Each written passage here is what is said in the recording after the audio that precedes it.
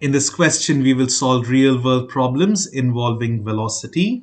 Here they have asked to show that an object dropped from a height of h feet. They have not told exactly in numerical value. They have just told us to take the constant h feet, will hit the ground at time t is equal to 1/4 square root h seconds with the impact velocity given over here v equals -8 square root h feet per second. They have not told much, but we can easily take that there is certain height involved. So what's the given? We can write the given over here. That is y of 0, the initial height, that is h. What about the initial velocity? It's been dropped, right? It's falling from up to down. They have not mentioned any velocity already in the object, so it is y prime of 0, that is equal to 0 because that is the initial velocity. There's none. Now, how can we start solving? All these problems can be started by acceleration due to gravity because there's always minus 9.8 meter per second square of acceleration due to gravity. But here you can see it is in terms of feet per second. So we can write minus 32 feet per second square. That is the acceleration due to gravity. Now acceleration is given as y double prime or double dash of 0, and that is minus 32. Now then, what is velocity? Velocity is obtained just by integrating this. If you integrate on both the sides, you just have to integrate y double dash of 0, that is equal to integration of minus 32. So what will be velocity? It's gonna be y prime. So now here I've made a mistake. It's not with respect to 0, it's with respect to time t. With respect to 0 means it's the initial velocity. Now over here we are just taking the general form. So it's with respect to time t. Here will be minus 32t plus a constant value c, which we do not know. Now what we can do is, instead I'll solve over here how exactly to find the c value, but for the other problems I'll directly tell you how you can figure out what is the c value from the initial conditions. Now here for this one, this is also with respect to t. Now we know that y prime of 0 is 0. So let us take this with respect to 0, the initial condition. That is v of 0. You don't need to write this v of 0, not required. But this will be y prime of 0. That means what is 0? T becomes 0 plus c. Now what is y prime of 0? It's 0. That is equal to 0 plus c, or c value is, sorry, not 32, it's 0. So c value is 0. So now what will be the velocity with respect to time t? It is just negative 32 times t. So this is how we get the velocity.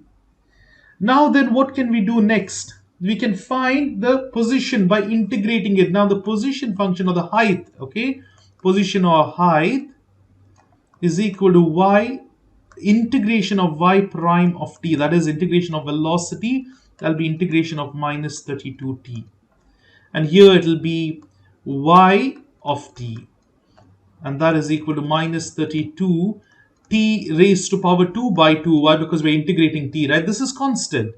When you integrate t, it will be t squared by 2.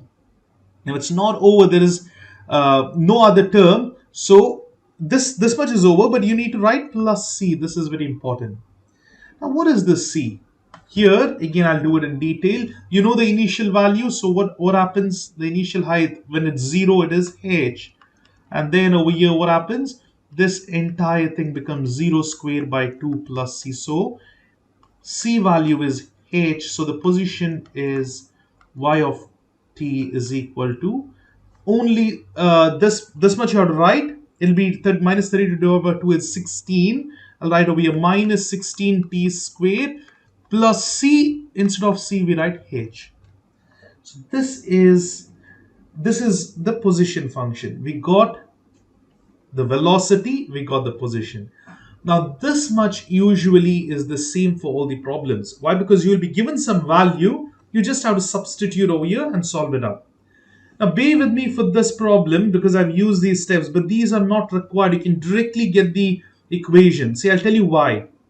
The initial velocity is 0, right? That means in the velocity with respect to time function, the c value is 0. I can directly skip that and write minus 32t. What about the position? It is given as h. So here the position function was minus 32 by 2 is minus 16t squared plus, instead of ci, right, h. So I can write it directly as well. Now, what about the other things? They have told us to, see the impact velocity. They have given the impact velocity over here. So, what exactly is impact? Impact means when it touches the ground. So, here, whenever at impact, the position is 0. This entire thing, y of t, is 0 because it touches the ground. So, now what I will do over here is use this impact velocity. At impact, y of t is equal to 0. And let me see, now this I'm going to use impact because they have mentioned the impact velocity. That's the only reason. So let me find the time of impact first. Let me find the time. At impact, y is equal to 0. And if I substitute 0 in this equation, I can find the t squared, isn't it? Let me show you now. This is going to be 0 is equal to minus 16t squared plus h. I'll take this minus 16 to the other side. It'll be 16t squared is equal to h. Let me divide both the sides by 16. It's going to be t squared is equal to h by 16. And now take the square root. It'll be t is equal to square root h by 16. But did they give, okay, they have given us time. Is this correct? Yes, it's correct, because now if you split the square root here, it becomes square root h and square root 16. What is square root 16? It's 4. So it's square root h by 4, or you can write it as 1/4 square root h. This is correct. We have got this impact time. Now this is true. Okay. Now let's find the impact velocity. What do we do for impact velocity? This value of t, we just put it in the velocity equation. Now here y prime of t is known to be minus 32t, right? I'll just substitute. This is what we have to solve. Velocity, that is at impact, that is y prime of t, that will be minus 32 times square root h by 4. Now what happens here? 4 1 time, 4 8 times. So it is minus 8 square root h, and you can see that is correct. It is all in terms of feet. So it's feet per second. Over here time is in seconds. Here it is feet per second. Yes, both of them are true. This is velocity and this is time. And you can see it matches with the values. So yes, we can tell this is true. That's the first part. Let's see the next part, what they want. See over here, the same thing is done. Here they might have skipped the steps. Now in the next problems, I won't do so many steps because all this still over here position can be done in just 3 to 5 steps. Okay. So we will do it in a shorter way. Now here the next one, they have told show that an object propelled from the ground with the initial velocity of v0 will reach a maximum height of v0 squared divided by 64. It's just that they have given us initial velocity this time. Initial velocity is known. Now look at these problems. It's all vertical problems because they have not mentioned any horizontal component or anything. There's no radian or degrees involved. So we just have to deal with the y dash or y prime. So what is the position? The height, sorry, the initial height. They have not given anything about height. So given over here, what I'll do is y of 0 is 0. Y prime, that is y prime of 0 will be equal to v0. Next, that's it. That's what's given. We need to solve this. So let's start solving it. I'll write what is acceleration. A is y double prime of not 0. It's with respect to time t. Here as well, see, it is with respect to feet. So it is minus 32 feet per second square. Its units are feet per second square acceleration. Now here then I'll write minus 32. And now I'll just integrate both the sides, and then I'm going to get velocity, that is y prime of t, that is equal to minus 32t.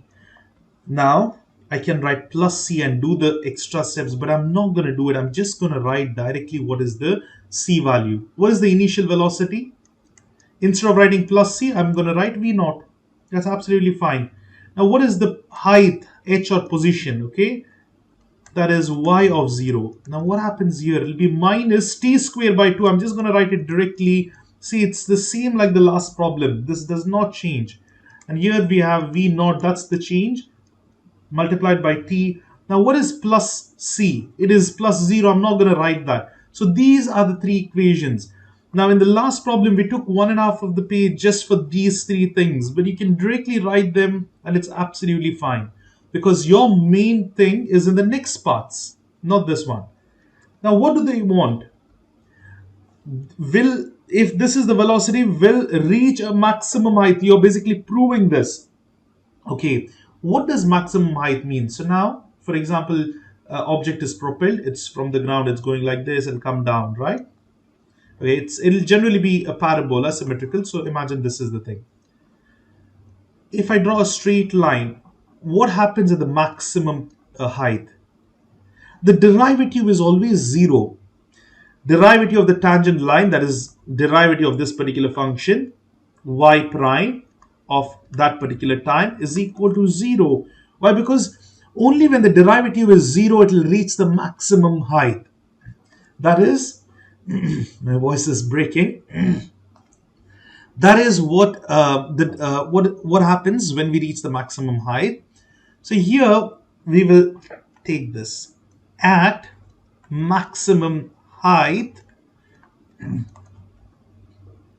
y prime of t is equal to 0. This is what we are mentioning. Why? Because they are clearly mentioned is to find the maximum height, and then we know the derivative of the position, the height, that is the velocity, will be 0. So now what is the velocity function here? We have been given this, right? Velocity function. So let me use that.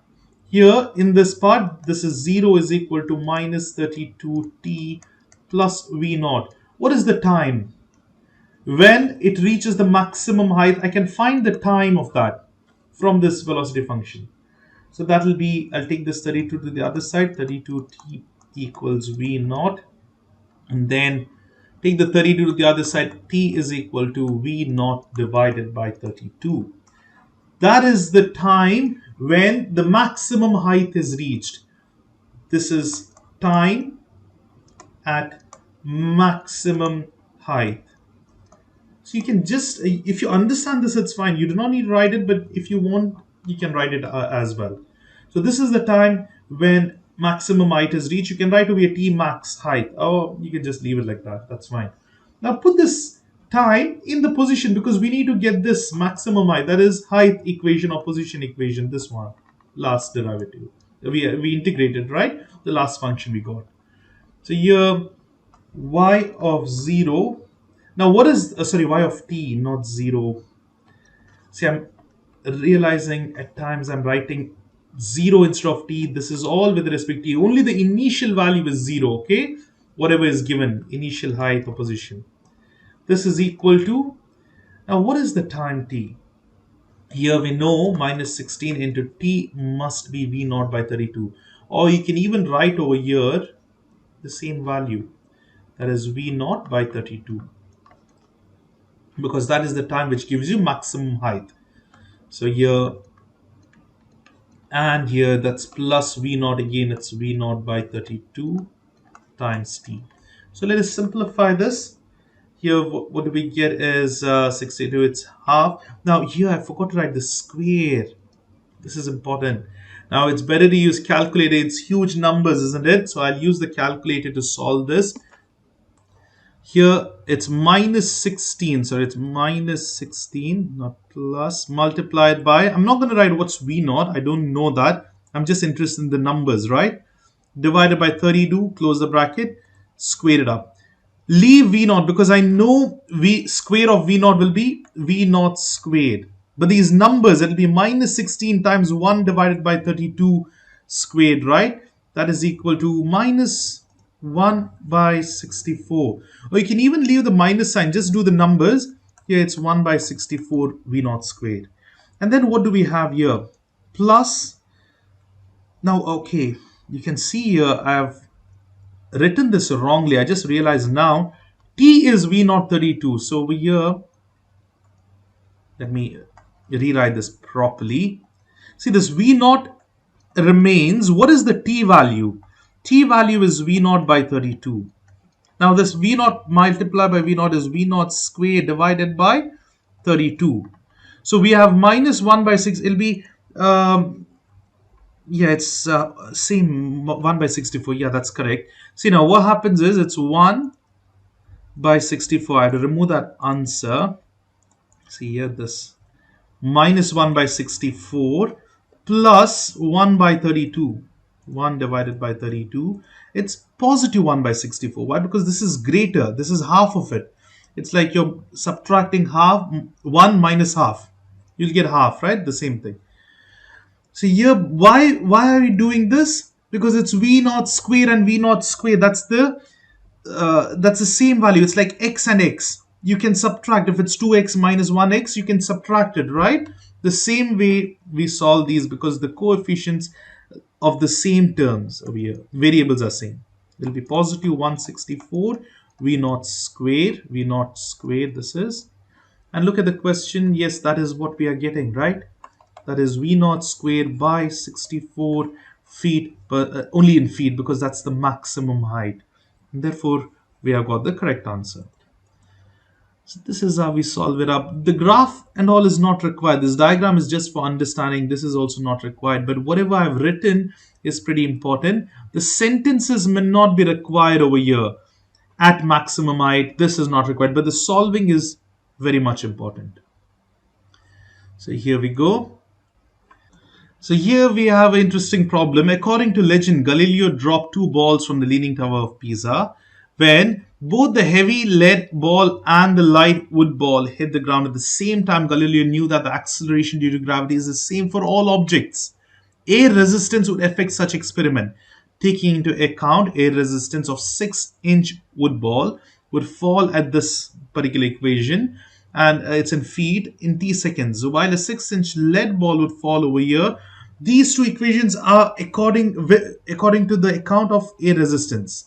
So they're not going to fall at the same time. But now imagine you have two objects. Doesn't matter which are the two objects. You drop them. Say a feather, a light feather. Okay, that's like a leaf, like a feather, and a ball, like a wooden metal, not a wooden metal ball. They both literally will fall at the same time if you leave them, at once. Why? Because the acceleration due to gravity acts at the same time. It's minus 9.8 meter per second square, right? For both. Now, this will happen only in a reserved experimental lab or something where there is no air. The air resistance is not there. Now, feather is very light, so the resistance of air is too high. Whereas this one, it's less air resistance, so it will fall quicker in real world. But if you have an experiment done, they will both fall at the same time. That's what he's saying. But then he has taken into account the air resistance, and then the equations are formed. So here they have given is where cosine hx is also given. What is the value? From a height of 179 feet, find the height of the wooden ball where the lead ball hits the ground. So now over here, what you can do is you can substitute this cosine h of this value and do it. But let me show you your calculators. Here, if you see this hyperbolic function, if you click on hyp, there is cosine h. That is hyperbolic. So we will just use these functions. If you want the inverse, there is inverse hyperbolic as well. So I'm just going to use this directly rather than substituting these as this, and it'll be much more complicated. Okay. Now here, let's understand this. Let me just draw a simple figure. Imagine the height of 179 feet. So from here, they're going to leave the balls. Let me take this as the wooden ball, and this, which is fully filled, is the lead ball. Now, when you're dropping this from this height, and this is the ground, imagine this is the ground. This is going to fall first. Okay, it should be a straight line, but this reaches the ground earlier than the wooden ball. Why? Because the air resistance higher, right? They already told it over here. From a height of 179 feet, 179 feet, find the height of the wooden ball when the lead ball hits the ground. That means the lead ball will touch the ground. But where will this be? I'm sure it'll be very close to hitting the ground, but not exactly hitting the ground. So we need to find this height. So first, what we can do is, I know if I substitute over here, 179 in the lead ball equation. See, no, not this one, the lead ball. Where is that? This equation. I can find the time at which it touches the ground. So the first step what I'll do over here is, instead of g of t, I'm going to take 179. Why? Because that is the height to touch the ground, isn't it? And this is equal to 12,800 natural logarithm of cosine h of 1 by 20 times 1 by 20 times t, and then close the bracket here. So now what I did is, I'm just substituting this height in this equation. And now when I solve for the time t, what do I get? I'll get the time at which the lead ball touches the ground. Here now we can take this to the other side and simplify. But before that, I'll show you we can use our calculators directly to get the answer as well. So here it is 179 equals, I'll just write this as equation 12,800 natural logarithm cosine hyperbolic, that is HYP2, and then we have 1 by 20, and t is what we require. See, we are going to use a calculator no matter what for hyperbolic. Alpha x, close the bracket twice, don't press equal to, you will get an error, press shift and solve and then equal to. Here we go, the answer is, see now here the answer is coming minus, but you need to take the time only as positive. But I did it in my physical calculator. You will take a long time. It takes about like 50 seconds to give you the answer, but you will get the correct answer itself, and it was positive. So that is the answer, 3.35. Now, even if you simplify it here, say you take this 12 to the other side and take exponent on both these sides, it'll be e to the power 179 by 12,800. That is equal to this. Why did I take 12,800? Simplify, divide both, and then exponent on both these sides. So this is dissolved. ln is gone. We'll get cosine h of 1 by 120t. So let me type it out. E raised to the power 179 divided by 12,800. That is equal to, press next twice, and now equal to, cosine hyperbolic is hyperbolic, option 2. And this is, it's 1 by 20. My bad. I've written 120 here. It should be 20. And let me just, this is 1 by 20 times t.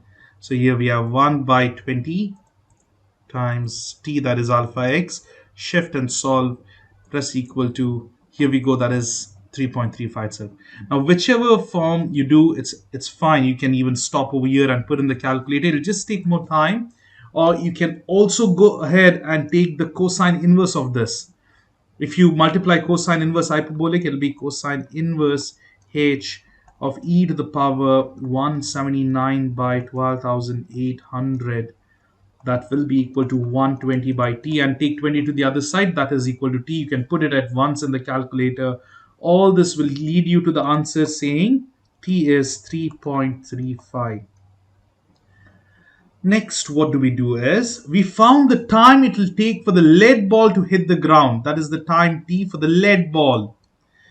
Now, where is the wooden ball at this particular time? We can't find it because they have told find the height of the wooden ball when the lead ball touches the ground, right? So I'll use this time t here in the first equation and find what is the height.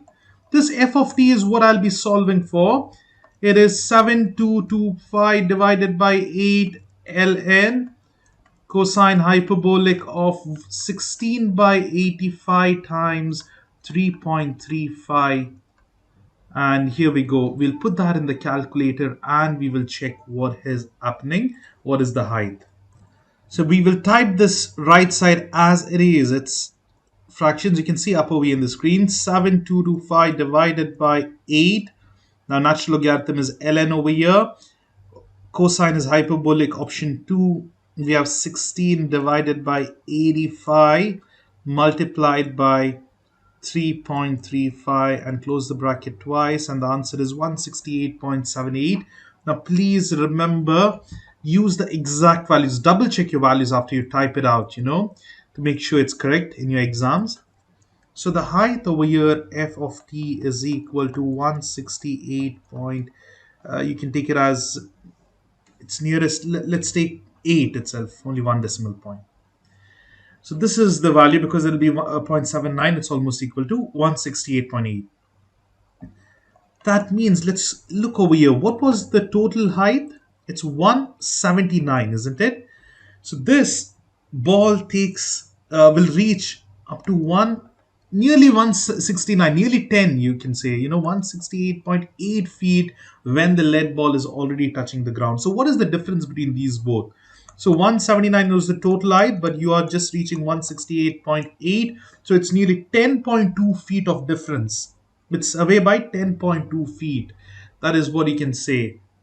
You can just do over here 179 minus 168.8 and 10.2 feet. It's still, it still has to cover 10.2 feet in order to reach the ground. That is what it sees. Now you can see here it's not 10.2. Maybe the reason is they have taken all the 4 decimal values. I'll just show you. It's 3.3526. I mean, it's absolutely fine if you get this value also 68.8 and then you write 10.2 feet. That's absolutely fine. You're taking only 2 decimal points. If you had taken 4 decimal points, see here 3.3526, then you would have got 169.03. That's absolutely fine. Don't worry about that. This is almost same value. Okay. Now the same thing, question B, if a theoretical production wanted to show the ball of part A landing on the same time, at the same time, how much earlier would the wooden ball need to be released? Okay, now this is interesting. Why? Because we are to use the same equations. They want both of them to be touching at the same time. So here, this ball also has to be touched at the same time, and both are touched at the same time. So what it means is we need to leave the wooden ball a bit earlier, right? What is the time? So here then, what we can do is we just have to find the time it takes. See, not this time. This is already there. The lead ball will take 3.35 seconds. We need to find what is the time wooden ball will take to reach down over here. Of course, it'll be more than that. It should be about 3.4 something. I'm not sure how much it is. Maybe, still 10 feet is to be covered. So it's more than this for sure. So let's find this time. How can we find that time exactly? So where are the equations? Okay, both the equations over here, so we don't need to go back over there. So what I'm going to write is, let me find the time. This has t, provided the feet total distance is 179. See what it is? 179 is equal to 7225 divided by 8 ln over here cosine hyperbolic 16 by 8 phi times t. This time is required. Sorry, this t is inside, not outside. That'll make a different term altogether. It's multiplied by t, isn't it? Let me just go back. See here, it's within that bracket. It's cosine hyperbolic, all these terms. So this time I need to find for the wooden ball. Let me just put in the calculator and find it directly. Here then, 179 is equal to 7225 divided by 8. You have natural logarithm of cos hyperbolic, that is hyperbolic at option 2. And then we have 16 divided by, it should be 16 divided by 85 multiplied with the unknown variable x. Close the bracket twice. And now don't press equal to, that's error. Press shift and solve. Okay, not that as well. What did I press? Here we will have to, okay, 179. Shift and solve and then equal to, this gives us, it should be more than 3.35. Let's see what it is. If you're using it in your physical calculator, it takes about 50 seconds, guys. Okay, please wait. Now this is 3.45. I'm just going to take 2 decimal points because I stuck with 2 decimal points over here. Okay, this is the value. This is the time it takes over here. So what is the time this must be released before the lead ball? So 3.45 minus 3.35 will give us 0.1, right? So 0.1 seconds. So if you leave the wooden ball 0.1 seconds earlier, then you must leave the lead ball. They both will reach at the same time. This is what it means. See, this is the time which is required. Why? Because we have to have ground touching. The both must touch at the same point. But we know from here to here, it takes 3.45 seconds. This one only 3.35. So if at all you allow the 0.1 second more, then it'll already cross 3 point, somewhere over here. So from there to there, it'll just take 3.35 seconds. So then both will reach at the same time in the ground, on the ground, sorry. So this is what it means. I hope this is clear. It is a lot of understanding what's happening with the balls and everything. So that's how we did that. And over here we can see it. Now again, why? What's the difference here? They have taken 4 decimal points. We have just taken 2. And it's almost same. It's 0.1, right? It's almost the same thing. Now, though this example problem is not mentioned in the EOT, the next problem, let me just go to the next EOT problem, requires this particular problem. So you can see this question, the answer is over here, but this one requires you to compare it with example 5.4. So what I'm going to do is I'm going to solve it over here itself. I'll solve the 5.4 and then let me go to the next one. So here they have given you angle theta, and the figure also was given. Let us look into the figure once so you'll get better understanding. Can you see this figure? So object is launched at that particular angle, and that is the velocity. The initial velocity is 98 meter per second. This is the angle pi by 6. Now what I would do is generally I convert this pi by 6 to degrees, but then make sure your calculator is in degree mode, or if you're using radian, please always use radian itself. I'll show you both the methods, but what I do is I just convert this so it's easier for me to understand, analyze. Now this is having an angle, so you need to resolve it along the horizontal and the vertical components. So this is the original angle, but that'll have a horizontal force of v naught cosine theta and v naught sine theta. So we need to resolve them both components, and then we will have to solve. Here it's not only the velocity along the vertical position, even the horizontal position will be considered. Let me solve it up over here. So what is pi by 6? How do we convert that to degrees? First thing, if you are converting it to degrees, it is 180 divided by 6 plus equal to, that's 30 degrees. Now I realize that you need to change to degree mode, but usually we always stick to the radian mode in these problems. So I'm going to use it as pi by 6 itself. It's fine. Okay. But you know it's 30 degrees. There's an inclination of 30 degrees. So first thing is the initial values. What is known? Given theta pi by 6, or it is equal to 30 degrees, just for your understanding, that's enough. And here v naught, that is equal to 98, it's meter per second. Let me just look into the, yes, it's meter per second. And then what do we know about the initial height? Is there any initial height? Now there is no initial height. Here they have mentioned it's horizontal, but we know acceleration due to gravity is always vertical. So we have to do vertical and horizontal components. So now here, vertical height, is it mentioned? That is y of 0, initial height, y of 0. There's nothing, it's 0. But what about the horizontal height? Is it mentioned? No, that is also 0. Because there's vertical, horizontal. Vertical is y, this horizontal is x. What about the velocities? We have to find the initial velocities, but it is not 98. I'll write it out over here. See, the vertical velocity will be equal to sine. Always the vertical, here you can write h, but y means it's vertical. Sorry, not h, it's v. Or y means vertical itself. Only for the first problem, I'm going to write this v. It'll be v naught sine theta.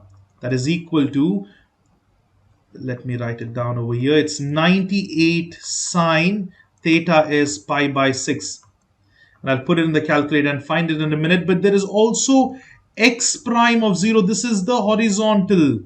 What is that? It is v naught cosine theta, and this is given as 98 cosine pi by 6. So here we go. We'll have to use our calculator and find the initial velocity in the vertical and horizontal sections. Here, make sure it's in radian mode, shift mode and 4. And now we will type in 38 sine pi by 6. Shift and this symbol here, pi, divided by 6. Close the bracket. The answer will be 49. So that is the vertical component. But we can just change this here for the horizontal component by cosine. The same thing, only change it. It is 49 root 3. So here y prime of 0, that is the velocity in the vertical section, is 49 feet per second, and horizontal is 49 root 3. So now what do we have is all the given values. Now we can start. Here when we start, let's do two components, vertical and horizontal. So vertical component, you can directly start writing, but now for the first problem, I'm going to write vertical component and start solving. Here, since it's in meter per second, I'm going to use the acceleration y double prime of 0, not double prime of 0, it's of t, is equal to minus 32. So y prime of t will be equal to minus 32t. Again, I did a mistake. What is that? I should take minus 9.8. I saw it is in meter per second, but I took minus 32. That's for feet. Here, minus 9.8 t plus c. What is the c value here? What is the initial velocity along the y? It's 49. So I'll write over here directly 49. And then lastly, the position over here, that is minus. Now, minus 9.8 t squared divided by 2, isn't it? What is 9.8 divided by 2? It is 4.9 t squared plus 49t plus c. What is the c value? The constant. Initial height is 0, so I'm not going to write anything. This is it. And here again, I did some blunders. Please make sure these silly mistakes are not done. Acceleration will have y double prime of t. That's minus 9.8. The velocity will be integration of the acceleration. It's minus 9.8 t plus the constant along the vertical component is 49. The position is given as y of t, that is integration of the velocity, that will become minus 4.9 t squared. Here it will be t squared divided by 2. That gives us 9.8 divided by 2 is minus 4.9. 49 times t, because there's nothing. So if it is just a constant, you multiply the variable x, but in this case it's time t. And then what is the initial position or the initial height? It's 0. So I write plus c, that is 0, but I'm not going to write 0. 0 is nothing. So I'm just not going to write it. These are three vertical components. What about the horizontal components? I'm just going to write it over here. Horizontal components. For all these problems involving angle, this is required. See, now I have shortened the writing methods. You can keep on writing long things, substitute everything in detail. But as long as you've written this, you will get the marks, However you write it, these all will include marks. So x double prime of t. What is the acceleration along the horizontal? There's nothing, so it's 0. And then what happens is derivation of this will give you only constancy. There's integration of 0 is nothing but only c, it's just a constant of value. Because imagine there's any constant 3. When you derive this, answer is 0. You can have a constant phi, it'll be 0. So this is any constant. When you integrate 0, it's any constant, that is c, which is equal to, what is the derived over here constant? The initial value, it is 49 root 3. Integration of 0 is c, that is equal to over here 49 root 3. Now then, what is the position? X of t. That will be equal to 49 root 3 t plus c, but the horizontal and the vertical initial heights are 0, so I don't write that anymore. Now, we finished vertical, we finished horizontal. Now let's look into what is to be found out. Doesn't matter what problem, this much needs to be found out when we have an angle. Here they want the time of flight and the horizontal range. Now look at this position function in the vertical component I'm talking about. What is this? The parabola negative will be something like this. Now what exactly this means? If I launch this vertically, because it's moving up and down. Initially, when I launch it, what is the time? Or what is the over here, the variable t? It's 0. This position is 0 at 0 because you're starting over there. And it'll take some time on air and then it'll fall down over here. I don't know what is the time, but this y of t must be equal to 0, isn't it? The position, the height, this is the position, that's the height, isn't it? So that'll be 0. Why? Because When the height is 0, it touches the ground. So here, if I take y of t is equal to 0 and solve this up, that is minus 4.9 t squared plus 49t, what should I get? I'll get the 2 times when it touches the ground. One will be the initial position, one more will be when it reaches the ground after its time of flight. So that's how I can easily find the time of flight. Let's use mode phi 3 in the calculator and solve. Here, let's go to mode phi and option 3 for quadratic. Now we have x squared, that is t squared, x, but the constant is nothing, it's 0. So I'll type in minus 4.9, next one is 49, and last one is 0. The values are t, 10 and 0. So of course it should be 0 at this point. What is this? It took 10 seconds. So t is equal to 0 and 10. Now the time of flight, therefore time of flight is 10 seconds. That's the answer.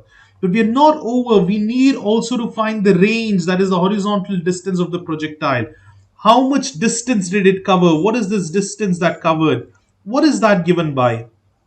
X of t, isn't it? That's the horizontal distance. So here I know it took 10 seconds. So let me just substitute over here to find the x of t. X at t is equal to 10. Let's do 49 root 3 times 10. So this is the equation for the height or the horizontal range, and we know the time it took to total time on air was 10 seconds. If you substitute over here 10, you'll get the total distance. You just put in the calculator. It'll be 490 root 3. The exact value will be, it's 490 root 3, or you can type in 49 root 3 times 10. It's 848.7. That must be the final answer. You can see the detailed method is also there. The final answer, here we go. The landing time was t, and that is the horizontal range, 848.7. So whatever I've written over here, right, this is very important, time of flight, and I'll just write it out over here, 848.7. That's the horizontal range. Horizontal. You don't need to write a lot. This much, whatever is done, is more than enough, more than sufficient. Write the given, find the initial conditions, vertical component, horizontal component, and just solve it up. So that's how we did the 5.4 example.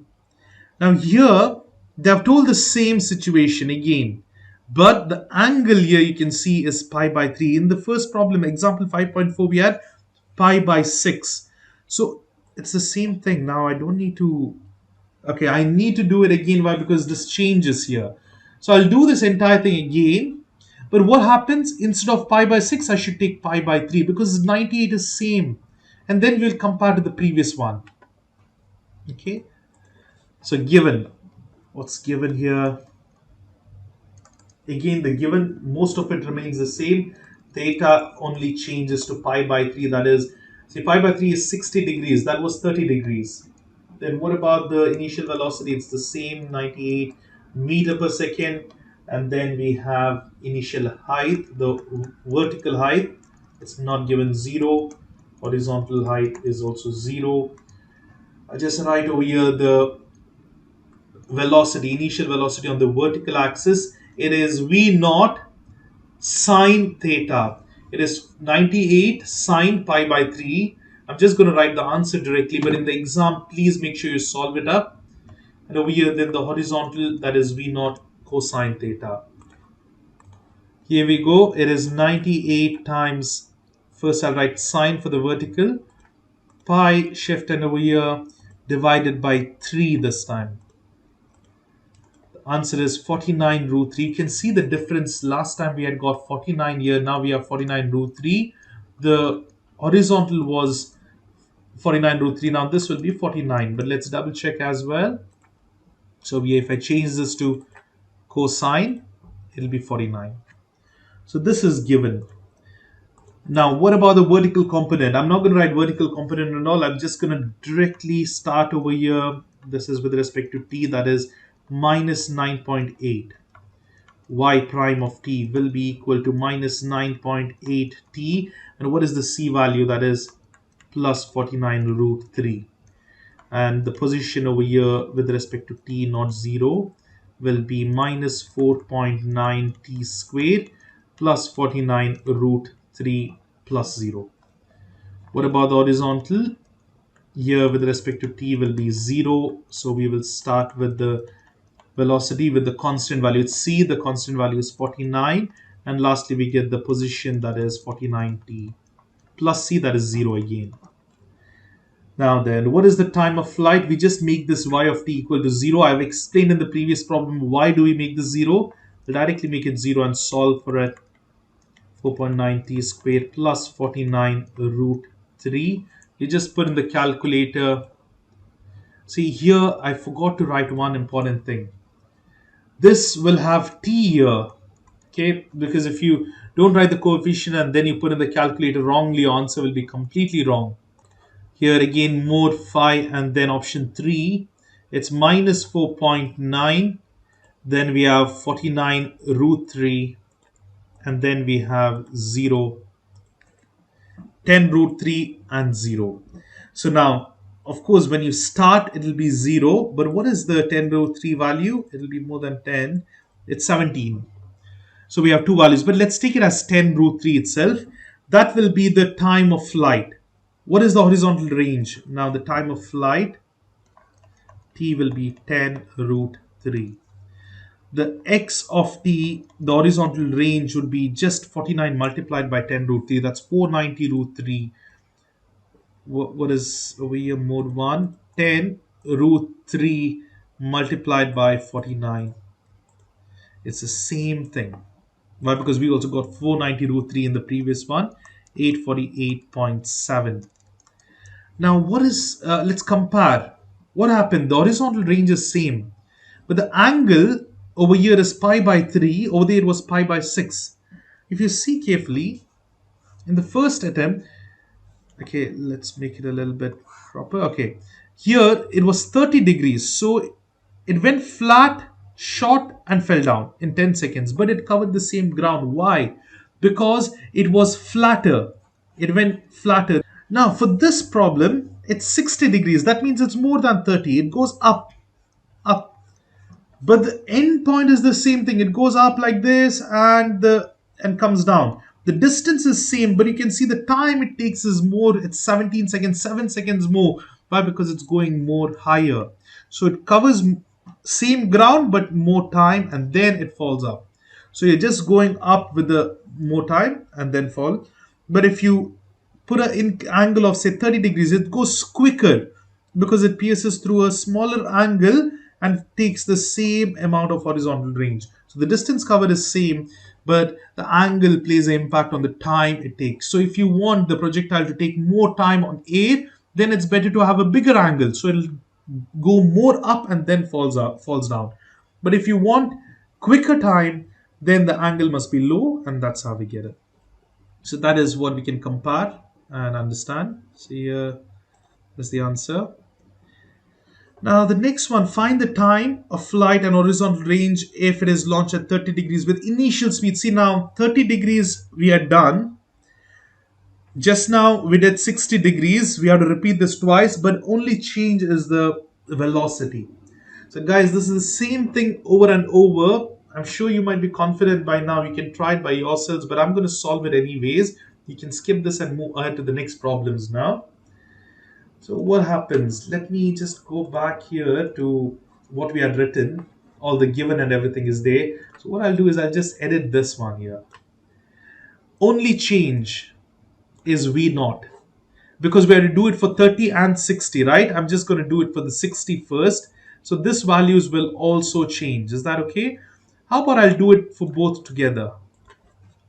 Now what I'll do is I'll do 30 degree and 60 degree together. So this will be for 30 degrees and this side I'm going to do it for 60 degrees. So let's take calculators and find the initial velocities. So we have sine, that is velocity is 40 degrees. Let me write it out over here, 40 meter per second. I'm not going to write the same thing here. I'm just going to solve directly. But you need to have, very important, y prime of 0 and x prime of 0. Here also y prime of 0 and x prime of 0. And this is given as the y component is given as v naught sine theta, x is given as the horizontal component v naught cosine theta. So v naught is 40 times sine, that is over here 30 degrees. So now it's not 30 degrees. What should I take in terms of radian? That is pi by 6 and pi by 3. But since they have given in degrees, what I'm going to do is shift mode and 3. 4 is for radian, 3 is for degrees. Now look at the answer. Yes, this is correct. The initial velocity over here for 30 degrees is 20. And now I'm just going to change this to cosine. And the answer we get is 20 root 3. That is equal to 20 root 3. Now this one changes, it'll just swap, these two values will swap over here, but anyways I'll show you. Now I'll change this to 60 and that is going to be 20. That's the horizontal. See cosine, this is 20 and this is going to be 20 root 3. See over here the y value will be the horizontal, that's the only swap. Let me show you. Sine 60 is 20 root 3. Next, these things will remain same. What changes is these particular values. So over here, I'm just going to change that constants. And here as well. It is minus 9.8, it's in meter per second. Then you add up the y naught, that will be 20. And then over here you have 20t plus c because the initial values, the initial height is 0. And then over here again, we will do this in a minute. It'll be 20 itself, and this also changes. Now, what about the horizontal line? This one over here will be 20 root 3, and then what do we have is 20 root 3 times t. In the same meantime, I'm going to solve for the 60 degrees, okay? It's going to be, this is going to be the same thing, only the changes I'm going to write because it's the same thing repeated. So y dash of t for 60 degrees would be minus 9.8 times t plus, what is the initial value over here? It's 20 root 3. So if you look over here, it was just 20. Over here, it's 20 root 3. Same thing here. Y of t, that is the position, will be minus 4.9 t squared plus 20 root 3 t. And no need of adding 0. It'll be, that's it. What about the horizontal? It'll be x prime of t, that is equal to 20. And x of t will be 20t. How do you find the horizontal range and the time of flight? For this, you need to do mode 5 and 3 and then solve it up. It'll be minus 4.9 and then we have 20 and lastly it's 0. And the answer is 4.08 and it must be 0. So the time over here, let me just change that, is 4.08. I'm not going to write 0 because 0 is the initial time to start with. Now the same thing here in the 60 degree problem. What do we have is minus 4.9 is same thing. It's 20 root 3. Close the bracket. And then 0. So it's 7.06 in this case. 7.069. I'll take it as 7.07 and then 0. So it is, time is 7.07. Now, how do you find the horizontal range? It'll be 20 root 3 times 4.08 in this case. Here it's going to be t is equal to 20 times 7.07. Now, any guesses? I'm sure by now you might have guessed both these horizontal ranges will be same, only the time will differ. Let's look at that. 20 root 3 times 4.08. That gives us 141.34. And let me do it over here as well. 20 times 7.07 will be the same thing. See now 141.34 and 4. The reason is we are taking the decimal points. Not to worry. It's practically the same thing. Both have the same values of 141. I'll just take it as 4 for both. The horizontal range is 141.4. Now, what is happening? Here, imagine this is being launched at 30 degrees with this velocity. 30 degrees, it covers this much. The velocity is 40, same for both. but the angle is 30 degrees. So the time taken is only 4 seconds and it covers a ground of 141. Here at 60 degrees, it goes up high, but it'll cover the same ground because the angle is more, it covers more ground, it goes more time in the air. So that is what we did, practically the same thing in the previous problem as well. I hope this is clear. We'll move to the next problem now, next type of problem. And here we go, see the time over here. And if you do it again for the 60 degree, it'll be the same thing. Here we have a problem on tennis. Venus Williams, I'm sure you know the name if you know about tennis, is has one of the fastest serves in women's tennis. Suppose that she hits the serve from a height of 10 feet at an initial speed of 120 miles per hour at an angle of 7 degree below the horizontal. See here, she's hitting the ball 10 feet above the ground. So initial height is 10 feet. And then here the speed is given, the velocity that is 120 miles per hour, and the angle, you can see it's going down. See, if this is the base, it's going downwards. So the angle is moving downwards. It'll be minus 7 degrees. This is very important. They have clearly mentioned below the horizontal will be minus. Above would have been plus. The serve is in if the ball clears 3 feet high net, that is 39 inches away, and hits the ground in front of the service line 60 inches away. Sorry, 60 feet. Now let me make this clear. 3 feet is given like this, whereas 3 inches will have 2 dashes over here. This is feet, this is inches. Now then determine whether the serve is in or out. It seems a little difficult, but let's solve it piece by piece. I'll come to these conditions in some time, but let me know what is the given. So I can see from here, there is a lot of things given. The initial height, for example, y of 0, that is given. What is that? It is 10 feet here. It's 10. What about x0? The vertical, that is not there, it is 0 itself. Because we have to do the horizontal and the vertical. Why? The angle is involved, isn't it? So this is done.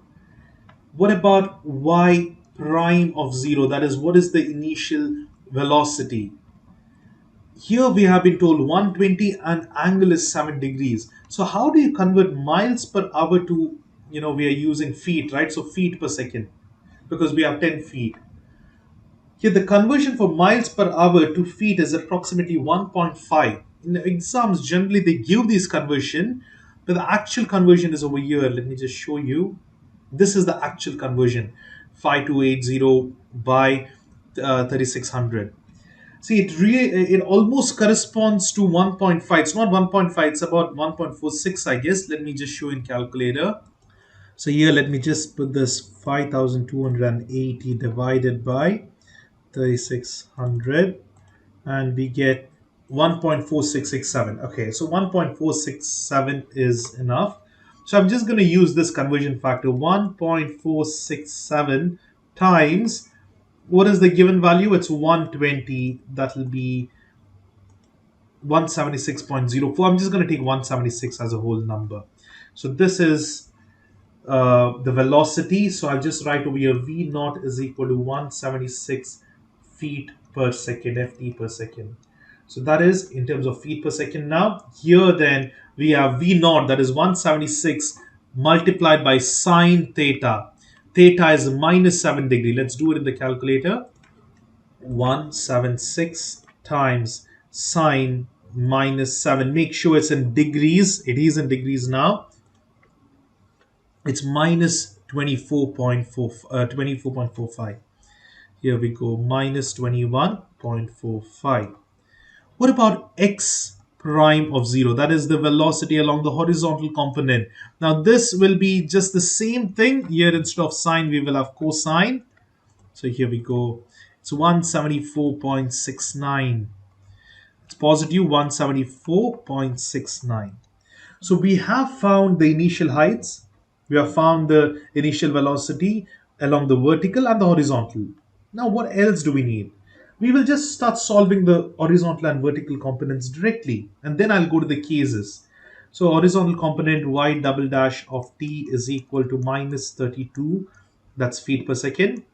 y prime of t will be given as minus 32t plus c. But now here you can see y prime, the velocity, initial velocity is minus, so I'll write minus 21.45. And then we have the position y of t that is equal to minus 16, because 32 divided by 16, 2 is 16. T squared, here will be t squared by 2, right? I'm just going to write the answers directly. 4, 5. And now don't forget, this is in terms of t plus 10. This is very important. Why? Because the initial height is given to you.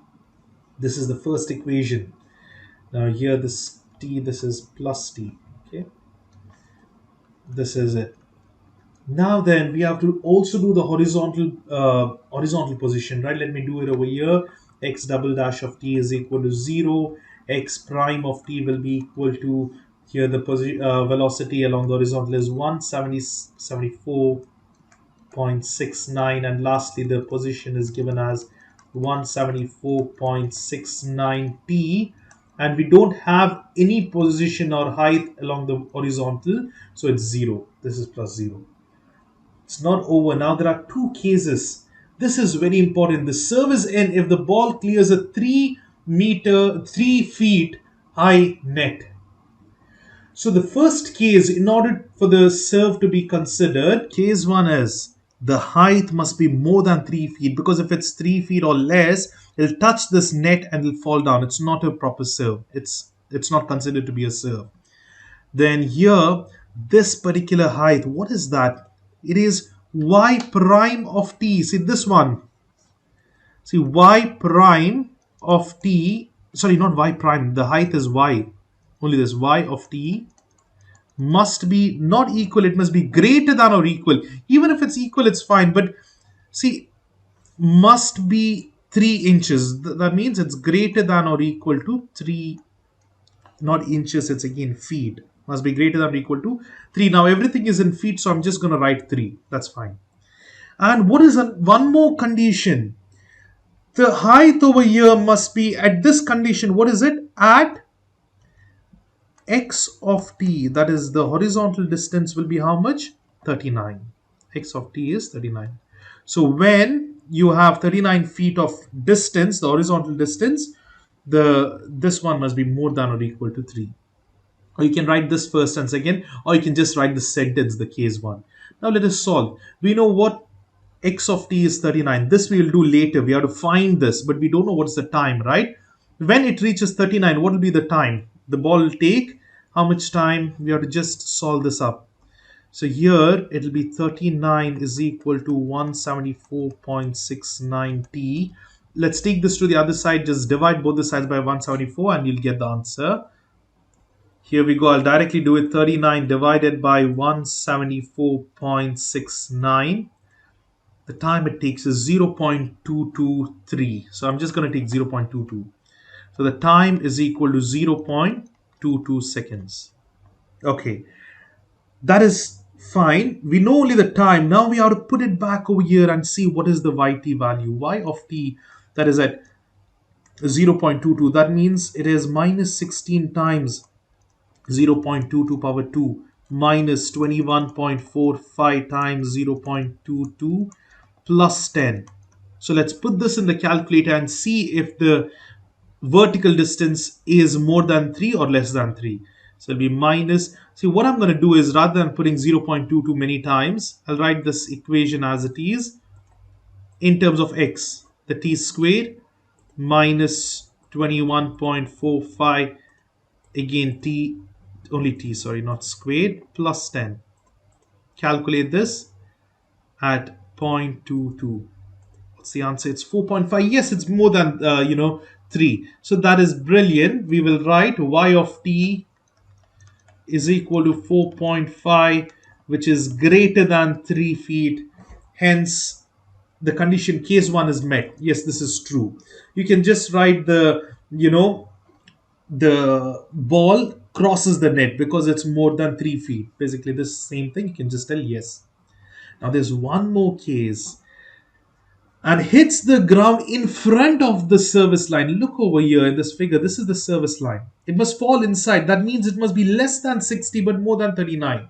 But we are mainly focused, we finished the first barrier. So now we are focused on where it is going to fall. So what we do is the case 2, I'm just going to write it, case 2. Here, when it touches the ground, what happens when it touches the ground? This distance is 0. I mean, the position, yeah, the height is basically 0, right? So we'll write y of t must be 0. That means it touches the ground. Okay, now what is the condition? At what happens here? See, now I should write this first, x of t. X of t must be less than or equal to 60, because if it's more than 60, that means it's outside. See, if it goes out than this, then that is that serve is not considered. It'll be a full. So it'll be out. So here at x of t must be less than or equal to 60. This is the second condition. Okay. So, or you can write x of t must be less than or equal to 60 at y of t. Anything, or you can just write the second sentence. Now, the first sentence clearly was the height at this particular time at x of t was 39. Say this is the distance, right? X of t. So when it was 39, what was it? Now we know it must touch the ground. So it will touch the ground. I don't know where, but I know when it touches the ground, y of t will be 0 because it's touching the ground. And that time, the x of t must be less than 60. Let's find this out now. How can I find it? Here I know y of t will be 0, right? I'll just substitute it over there. So it'll be 0 is equal to minus 16t squared minus 21.45t plus 10. And let's put this in the calculator and solve. So here we have mod 5 and 3. It's minus 16. Then we have minus 21.45. And lastly, we have 10. And the answer is 0.366 or minus 1.7. I can't have negative time. So, of course, the answer will be 0.3. I'll take it as 0.37. Okay, rounding off. T is equal to 0.37. You can write over here the negative time and then tell negative time cannot be possible. So, we consider this value. Or you can just write one value, the positive answer only. Now, what is the distance? Let's see. X of 0.37 would be over here. We have this position function of the distance function horizontally, 174.69 times 0.37. Now, if this is more than 60 feet, it's out. If this is within that, then yes, that serve is proper. Let us check here. It is 174.69 times 0.37, and oh, it's out. The serve is out because it's more, right? So it is 64.6. Let me write it. The answer is 64.6 feet, which is greater than 60. Therefore, you can tell the serve is beyond the service line. The ball falls. You can write the ball falls beyond the service line, and hence, therefore, the three dots means therefore serve is out. That's the answer. We cannot tell this is the proper serve. Why? Because it fell out. This is how we solve it. See, I'll just recall quickly. We need to find all the given. We need to write the horizontal component, the vertical component, and then the two cases. Now, if both the conditions are met, then the serve was in. That's how we do it. And here the detailed method is also there. If you want, you can go through this later. And then we have the position, the acceleration, again of the horizontal. And then we use the cases, the first case and the second case. And here we go. First answer, the time. We substituted and found, yes, the first case was true, but the second case did not hold good. So in conclusion, the serve is out because it's beyond the service line. Now we need to repeat the same example at initial angle of 6 degrees. Look here, the same thing. What changes is the initial angle of 6 degrees, and we need to do some trial and error method and find when the serve is end. This is going to take a long time. But anyways, we will do it. Now you can skip this part because I'm just going to repeat the previous problem with only some changes. So what's the first change? Here, this changes. Why? Because now I have a different angle. We had 6, that is, sorry, minus 7, now it will be minus 6. In the calculator, you need to write V naught. Now, see, the velocity is the same thing. So, what was the velocity we got? It was 176 over here. So, 176 times sine minus 6. It was minus 7 in the previous case. It was below the horizontal, but only the angle is changed over here. So, now the value is minus 18.397 will be 4. Okay, and what about this? Over here we have from sine to cosine. It's 175. I'm just going to take 175. So let me go back here. It's 175. So what are the changes here? See, now I'm just going to change the color as well when I'm writing, so you understand what's the changes. This is same. This changes. This is same. Oh, sorry, this changes. I mean, it's a small change. So here, let me write it out. The initial velocity is minus 18.4. That is the change. And here also 18.4. And here we will have 175, 175. It's the same thing like the previous one. Now these are the two conditions. And the conditions are the same thing. That does not change, right? What changes is the values only. Because the same problem they have told. And here as well, this will change. Time, I don't know what's the time, and I don't know what's the answer, but I don't even know whether it's true or false. Okay, let's do that in a minute. But what about over here? Again, this value changes in the mid, and this time will change, and then we need to find this as well. Okay, we need to find all this. Now I'm not sure whether it's out or in, so I'm just reusing the old problem, so I'm just saving a lot of time rather than writing it all again. So here, first thing, the height y of t must be greater than or equal to 3 when x of t is 39. So x of t is 39 equals 175t. And then we'll put this in the calculator and solve for the time. So 39 divided by 175 is equal to, okay, it's again the same thing, 0.22. I feel silly I erased all of that. But anyways, we didn't know that will be the same. Now here it's again 22. 0.22, but this value has changed, isn't it? That is now 18.4. So answer will change no matter what. This is 18.4. And now let's put this in the calculator and find out what is the value over here. Again, I'll write this equation first and then I'll just check by using the calc value. 16t square, or you can write over instead of x 0.22 square, it's fine.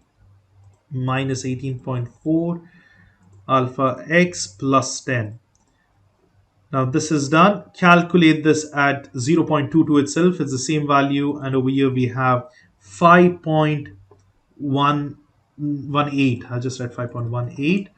That is way above 3 inches. So it's 5.18. Now, you know, I don't think it's going to be inside the service line. See, if you go back to the figure, let's just go back to this figure here. Where is that figure? It's way beyond. Okay, this is the one. Look here. We had just 4.5 and still it went out. See, when it was 3 over here, instead of 3, we had 4.5 and it went out. Now it is way above. It's 5.18. It's only 6 degrees, right? So it's going way above, and I'm sure it'll be more distance, way beyond the service line. So that you can just predict it over here just by that, you know. So that's surely going to be beyond that.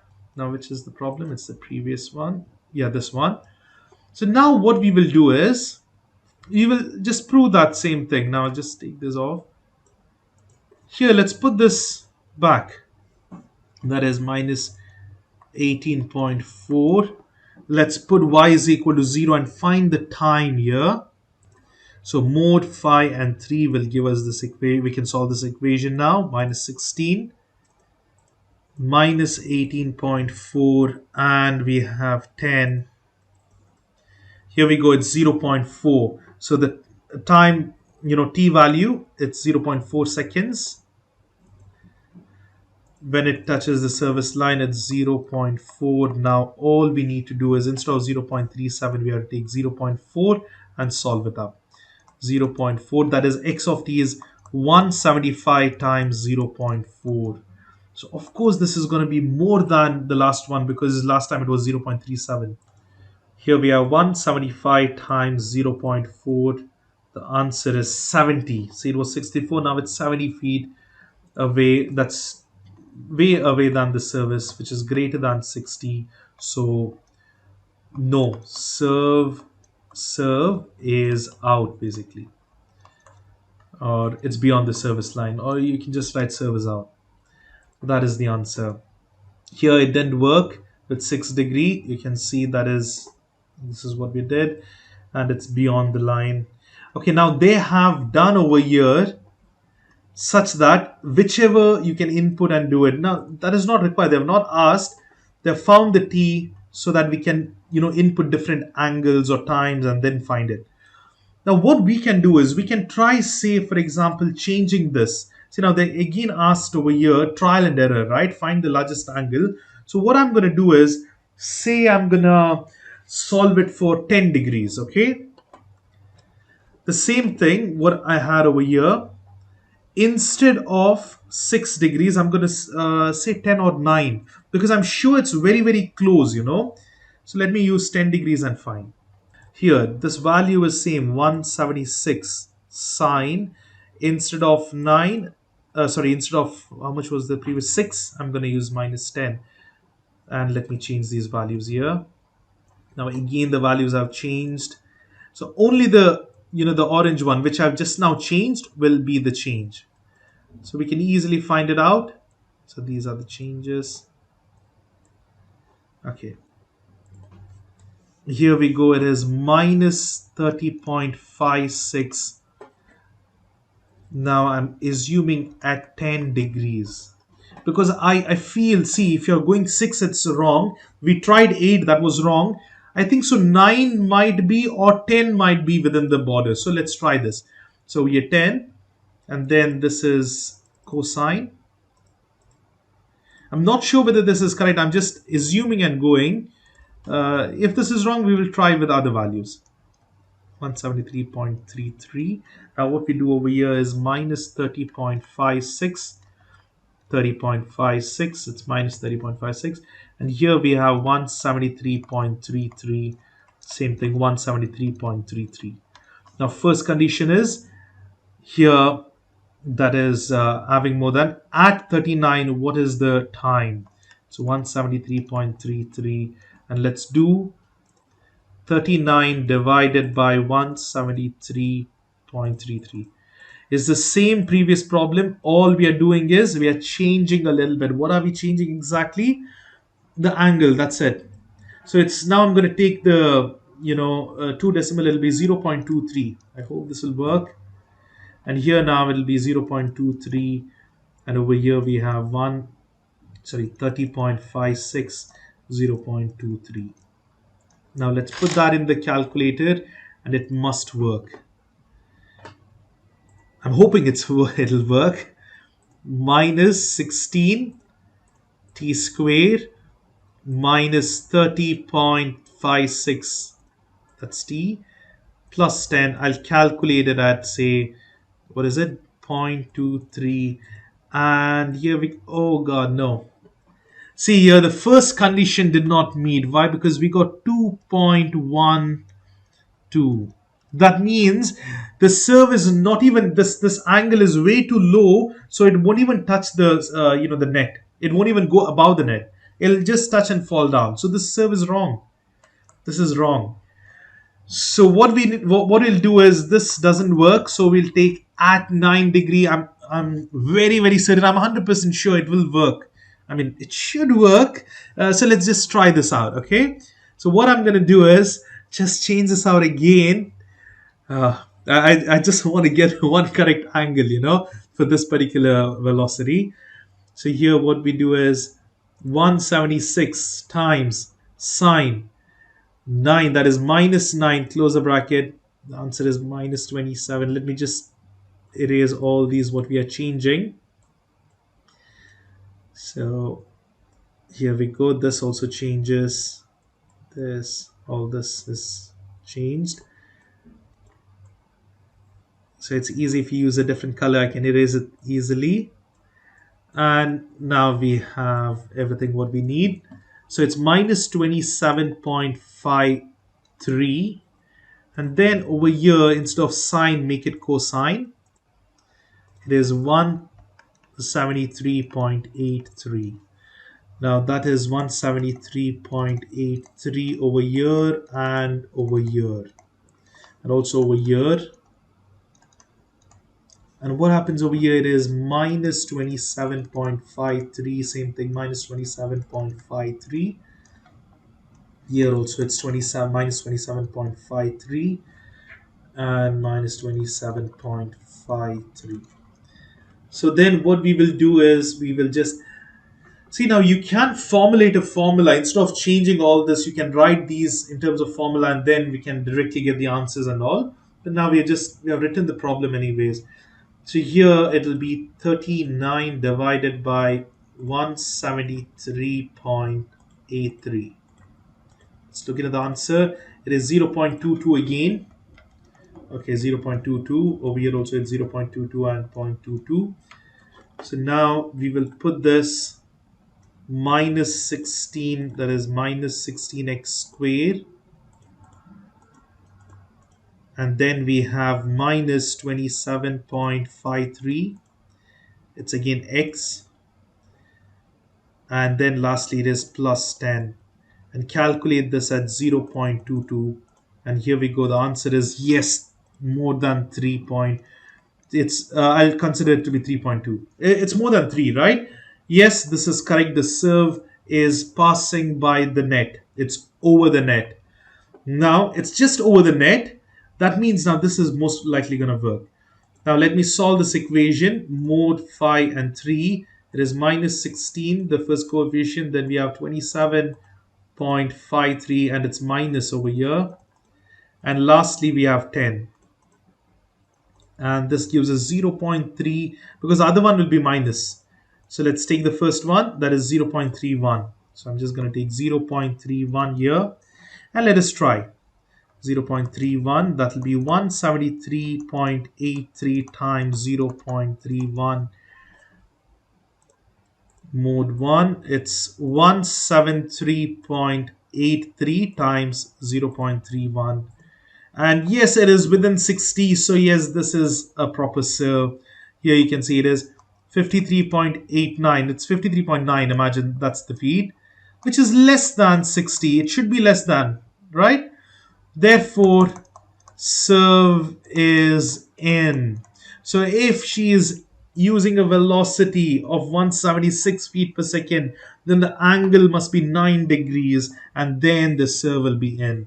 So this is the correct answer. It is 9 degrees below the horizontal, so it's basically minus 9.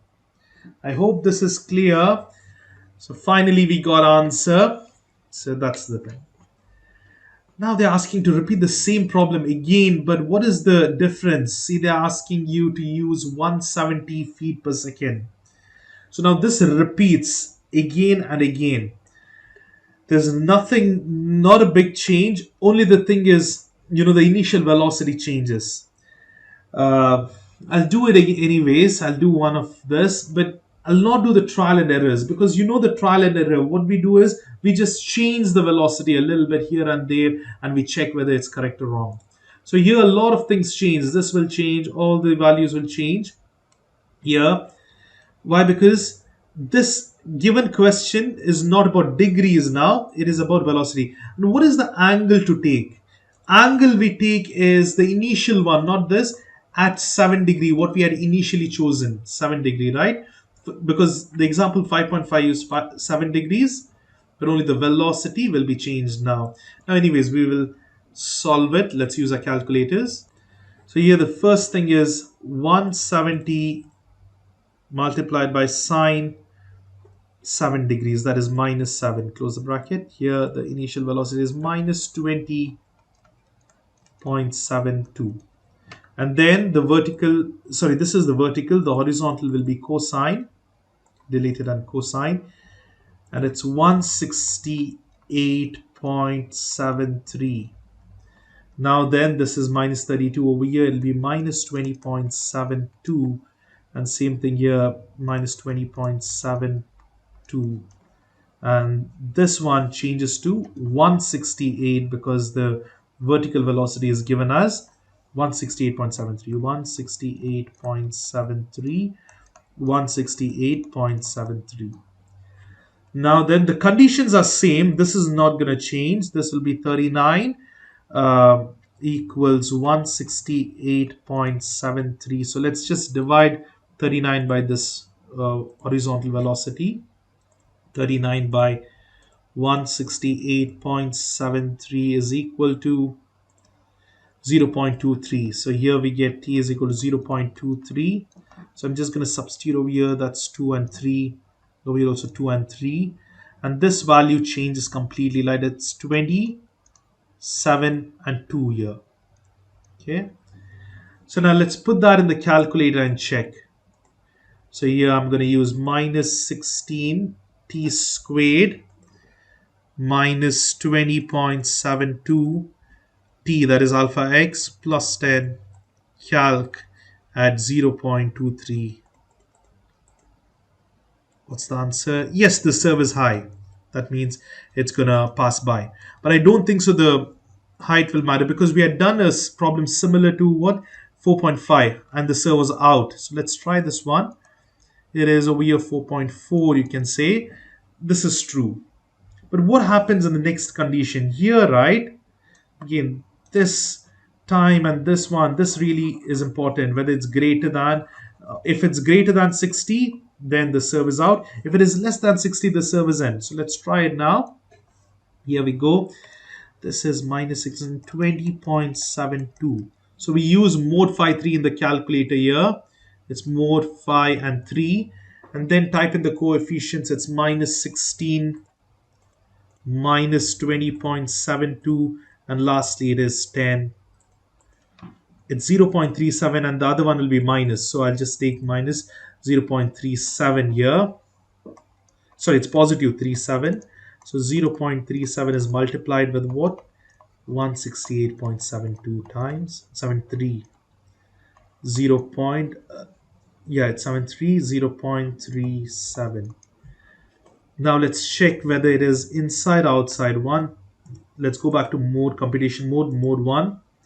168.73 multiplied by 0.37, or you can write 0.37. It is just beyond the service line by just 2 feet. So here you can see this is no, serve is out. So you can do some trial and error methods like how we did in the previous problems. Change this, say you can try with 160, then you can try with one. If it is way out again, then try it with 180 and then you'll get the answer.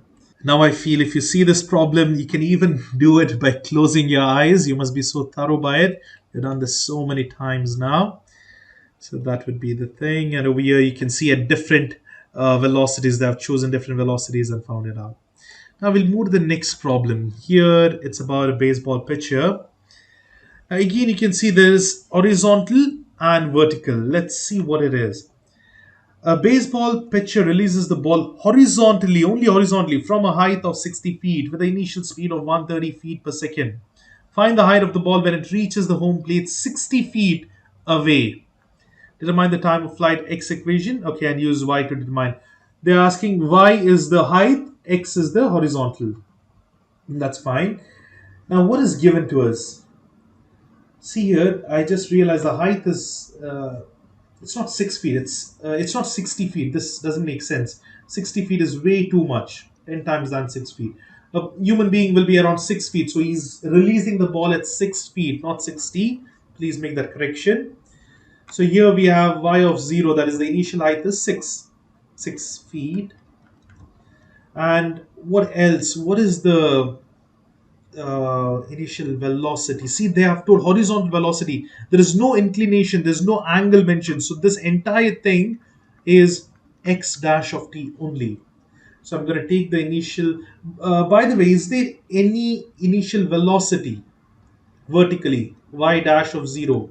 Not mentioned it's 0 because it's only going horizontally. So x prime of 0 is 130 feet per second.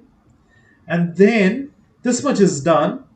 What we need to do is we need to find the height when the ball reaches 60 feet away. So this is the height.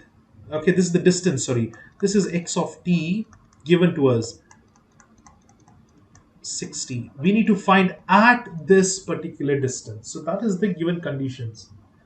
Now then, as usual, we do vertical and horizontal. So vertical, it's y double prime of t is equal to 30 minus 32, and then v prime of t will be minus 32t.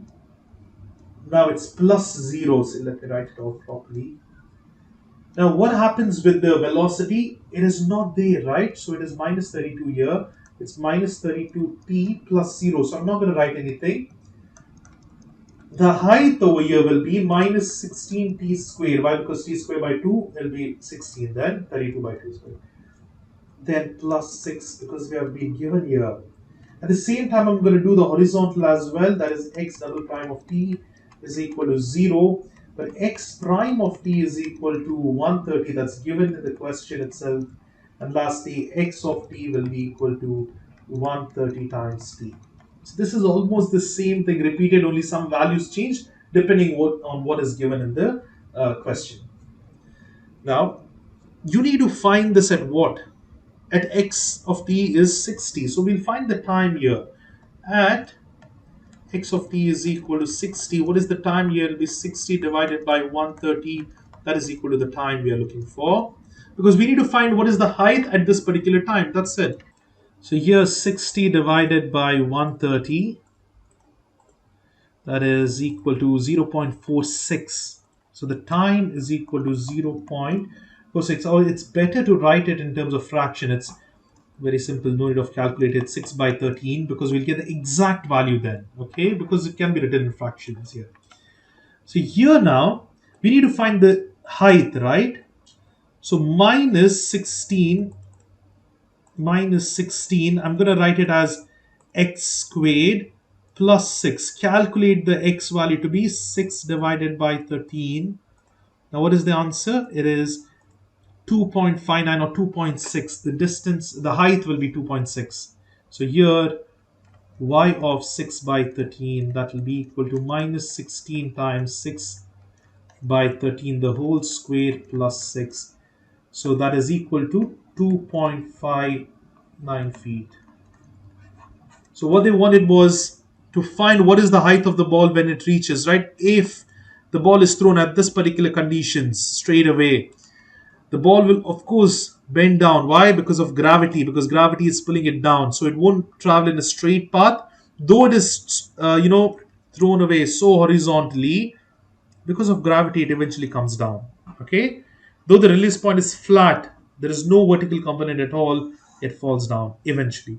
So after 60 feet it's having only a height of 2.5 feet from the ground. So that is the answer. Now here it's the same thing what we have done. This is also here they have skipped some steps I believe, but whichever you're comfortable, just follow that. The next one is same like the previous one, only change is we have to use the initial speed of 80 feet.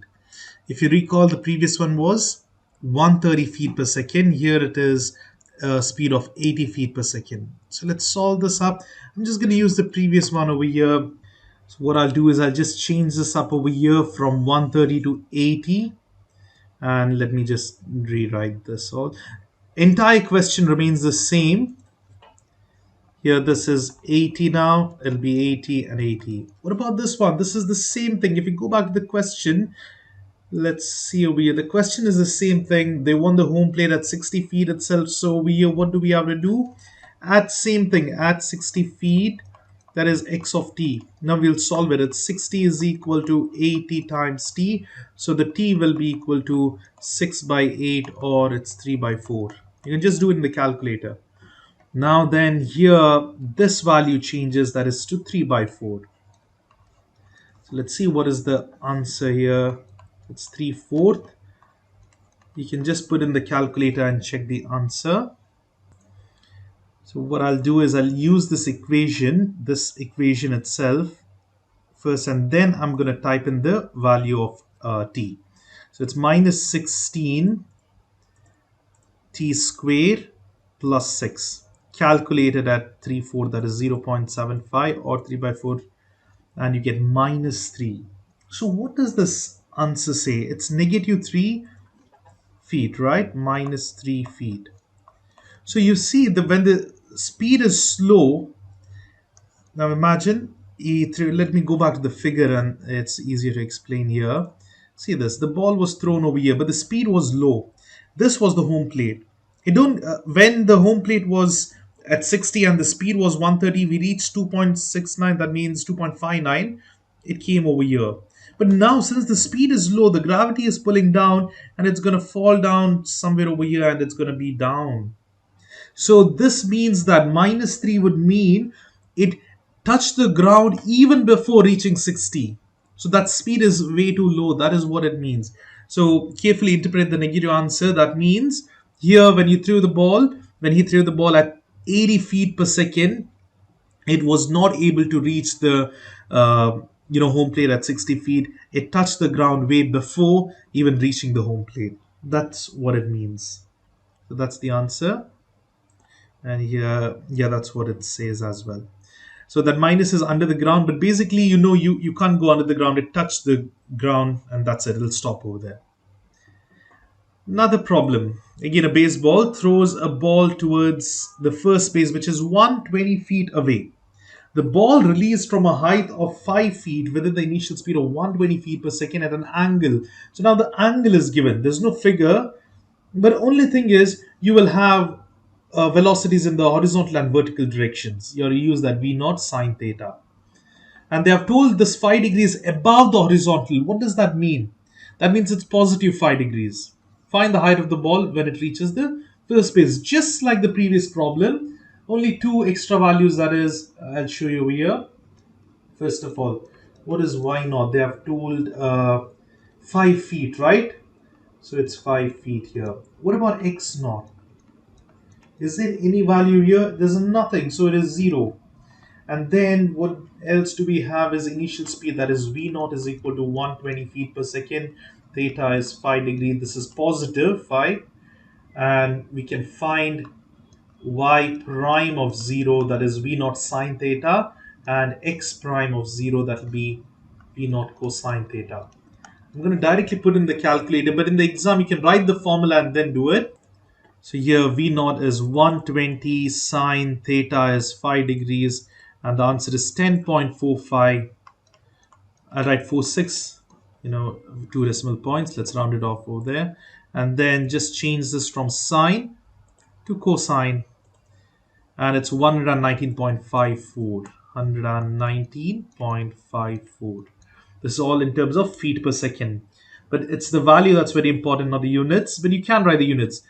Whenever we have position or height, it's feet, velocity is feet per second, and acceleration is feet per second square. Now then, we'll do the horizontal components. Y double dash of t will be equal to minus 32. Why minus 32, not 9.8 is because it's in feet per second. Y prime of t will be equal to minus 32t plus, and write this 10.46. I'm not writing c and everything. I'm directly writing the answers, the equations here.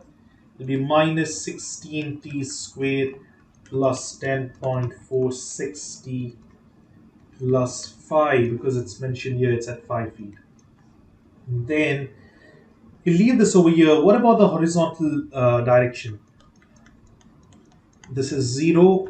Velocity will be equal to, you're given 119.54, and lastly the position or the height, the distance you can say in this, will be 119.54 t. And what about the value for c? That's 0.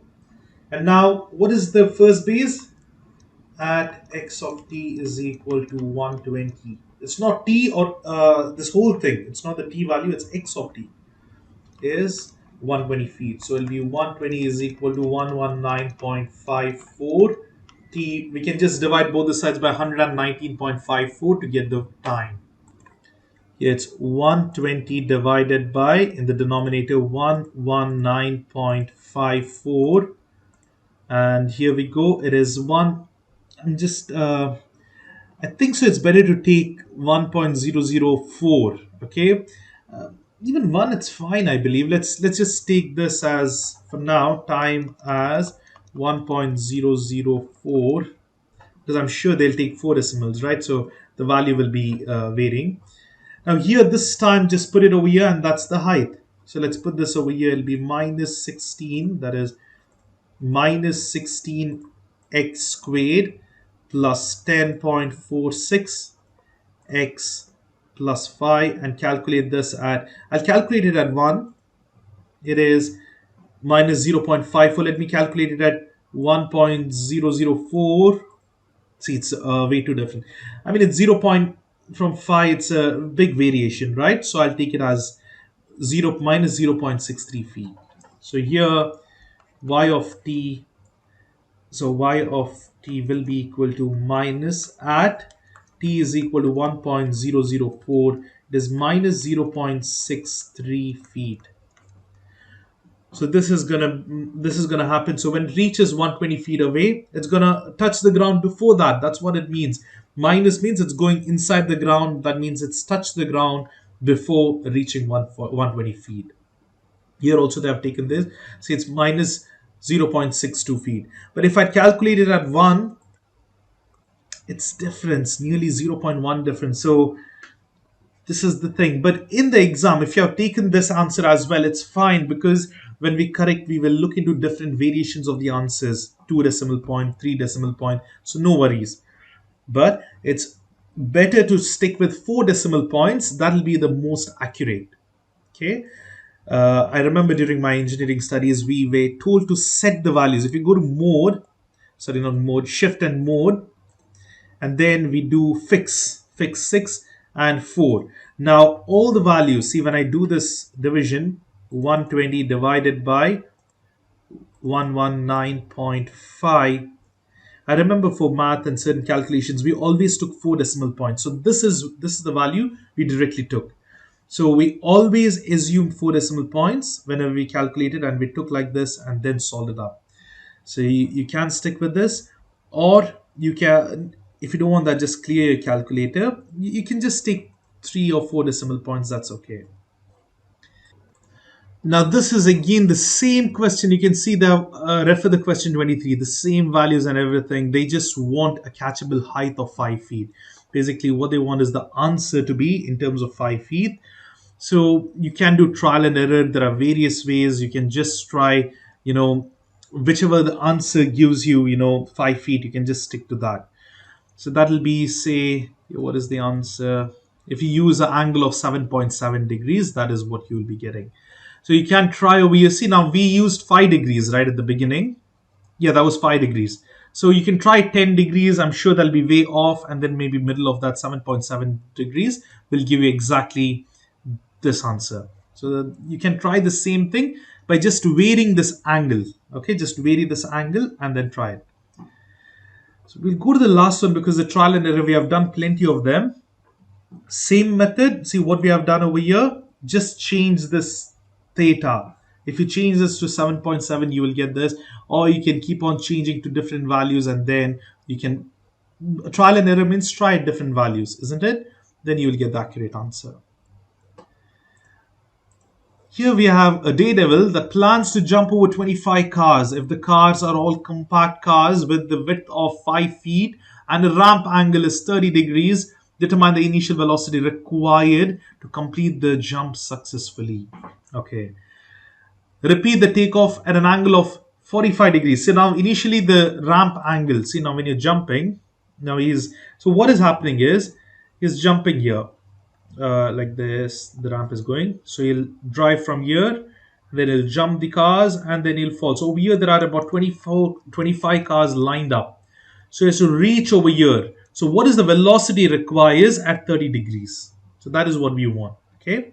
And then after this, what if the angle was 45 degrees and he's going way too high, right? So what is how to satisfy this condition.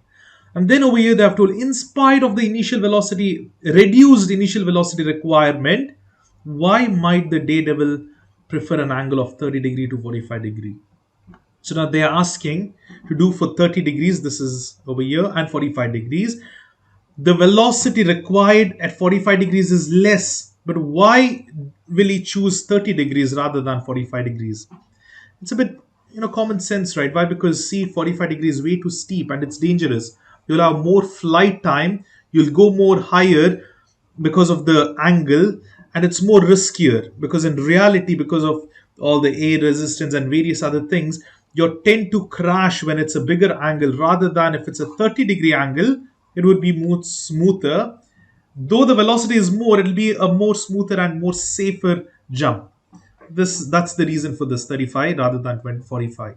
But now we will solve which velocity we have to do. Okay, so what are the initial things? Now first thing is, we have been told the horizontal distance 25 cars and width is 5 feet. So that is x of t will be 25 times 5, that is 50, 100, 125, right? 125 feet. Okay, that's x of t. We know theta is 30. Before that, okay, let's write theta. V naught is not known. This is what we have to find, but theta is given as 30 degrees. So what will be the horizontal, this velocity, initial velocity? Y dash of 0. What is this? It is V naught sine theta, right? So we have to find that. And then what about the horizontal one? X prime of 0 is V naught cosine theta. So here theta is 30 degrees. Let's substitute, but V naught we do not know. We'll write it as it is. Let's write the constant V naught as just V naught, but we'll find what is sine theta and cosine theta. Here we will just put sine 30, that is root 3 by 2. Okay, what I'll do is I'll also do 45 degree now itself, because I know we have to do it for 45 degrees as well later. And this will be sine now. Okay, I wrote wrong. Cosine is this below 1. Let me put this sine and then change it up. It's half. So here it is 1 by 2, and this is root 3 divided by 2. This is at 30 degrees. So let me do it at 45 degrees as well. So what's going to happen?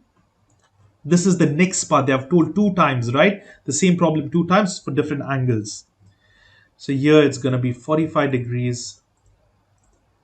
That's a root 2 and 2. And 45 degrees is the same thing. Y naught of 0 will be V naught. See, this is multiplied by V naught, both. Only sine theta we know. V naught root 2 by 2. And then we can write it. And x prime of 0 is also equal to root 2 by 2 V naught. They are same things. Because 45 degree, it will be the same. Cosine and sine are equal. Here we go.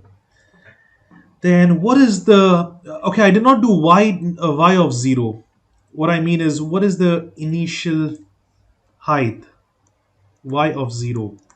So that is whatever is the ramp height and the... okay, over here there's ramp and the cars. So we'll take it as h. Okay, let's just take it as h. And then let us take x of 0. This is 0 because they have no horizontal distance. Initial horizontal distance is not given. They've just given the total distance. So now let's start solving it up. What do we have to do? Y double dash of t is equal to minus 32, because it's in feet, isn't it? They have told clearly it's 5 feet. This answer we have is in feet. Y prime of t will be equal to minus 32t plus the constant. What's the constant here? The first one, half V naught. I'll just write V naught by 2. And now the position will be minus 32. It's not minus 30, it will be minus 16 t squared plus V naught by 2t. And what is the initial height? That's h. I'll write plus h. Same thing, I'll do it for x, the horizontal direction. It's going to be 0. X prime of t is going to be this value here, root 3 by 2 times t. And sorry, it's not t. This is V naught. I don't know why I wrote that. Now in the position, that's the height, which is again, I'm doing many blunders now, maybe just very tired. It's a long video, continuously recorded. It's x of t, that is equal to square root 3 by 2 v naught times t plus 0, because the initial height is 0. I mean, the horizontal distance is 0 initially. Now we got these two. Okay, what do we have to find? We have to find this distance at 125. We have to find at, because when he reaches over there, right, when he reaches the jump over here, the end point is 125. He must pass 125. So over here, what I'm going to do is 125 is equal to square root 3 by 2 v naught times t. So I can easily find what is t. What we do is we'll take this to the other side and v naught also to the other side. So time t is equal to 2 times 125 is 250 divided by square root 3, that goes down, and divided by v naught. This is the time. Now we need to find the distance, the y of t at this time. So here what I have to do is I have to put this as t, and then we have to simplify it. So I'll show you. I'll just write this entire thing here. Let me just change the color. So you understand this one. Now I've written over here. It's y with respect to the time 250 by square root 3 and v naught. That will be equal to what? It'll be equal to minus 16 times 250 divided by square root 3 v naught the whole square. No, v naught, then the whole square. Sorry, this is just v naught. There's no square over here. That is the first part. Then plus v naught divided by 2, and then we have 250 by square root 3 v naught, and lastly plus h. Now here there is one very important thing. You can see this h is there, right? And this, what is that distance? So look here, this is the ramp, and he jumps like this and he touches down over here. So here it starts and it touches over here. Whatever is the height, this much. The initial height, that h, I don't know that. Where is the ramp situated, right? Because there are cars. So the car height, wherever the car is there, that from there he is jumping. We have to assume that he's jumping from there. So here, that is not exactly 0. Even if you consider 0, it's fine. If I consider it to be h, this is the distance. When he reaches, that will be the same distance. So basically this value and this value are same. Or you can consider it to be the base itself. That is the 0 value, the ground level. So that will be 0, and this will touch the ground. We want from here to wherever, whatever is the h value there itself. So this and this goes off. Or you can consider them both to be 0. That's fine, considering that to be the base. So now here what we have is, we'll move this to the other side. This is 0. So minus will become plus here, 16. Now what I'm going to, it's all multiplied and divided. So it is 250 squared by square root 3 square is 3 multiplied by v naught square. That is equal to, over here this v naught and v naught cancels off. So you have 250 divided by 2 root 3. You just put that in the calculator. Like, you can take this to the other side or just put it as it is. You will get the answer. So what I'll do is, you can put this first equation. I'm just going to put the second one because I've already written it 16. We are taking this minus to the other side. It becomes plus. Don't think it goes to the numerator denominator. Plus first, whatever is minus becomes plus. So it's the same position. Numerator is numerator, denominator in the denominator itself. You can write 250 squared divided by, you can write square root 3 squared. That's just 3 times velocity is what we are solving for. This is squared.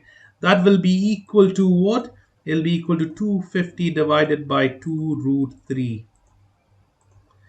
And then you can't press equal to, it will be a math error. You need to shift and solve and then press equal to. The answer is here.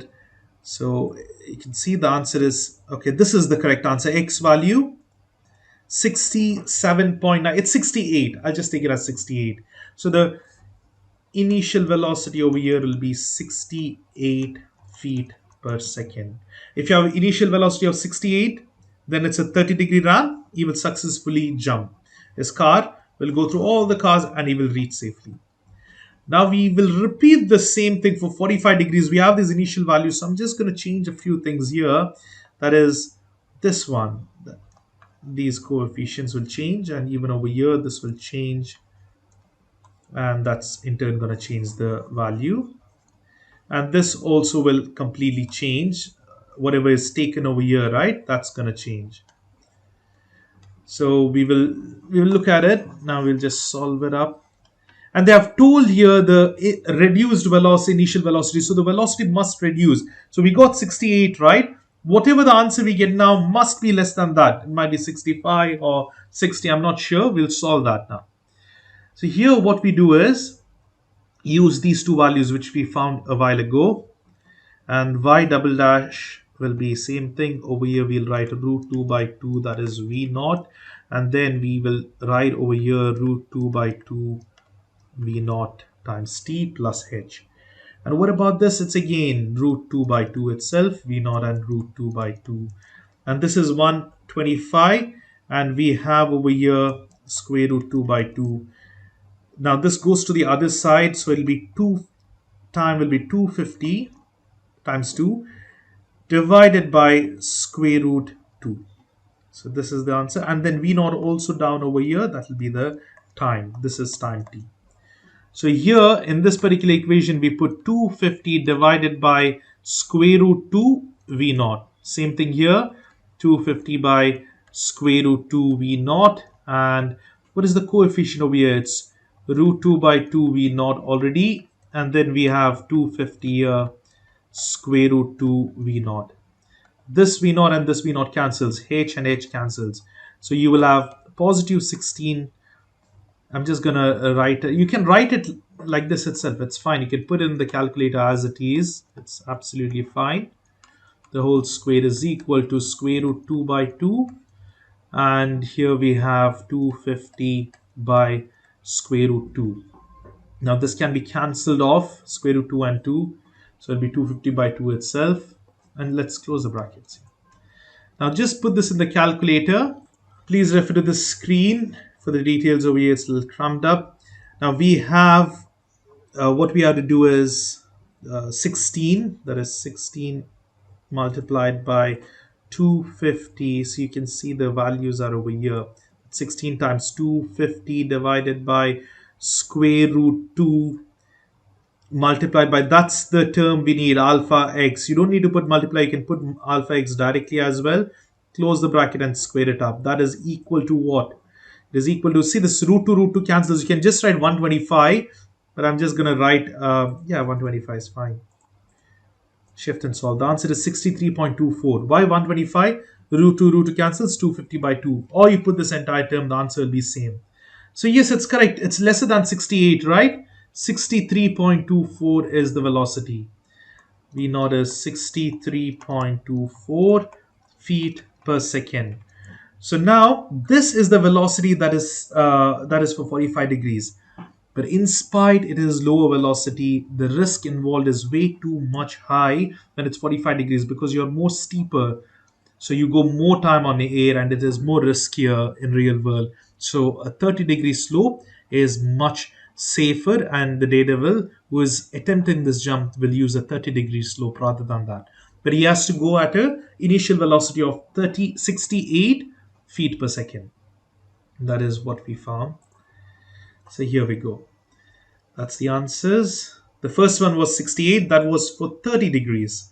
And then we repeat it and we find that it'll be 63.24.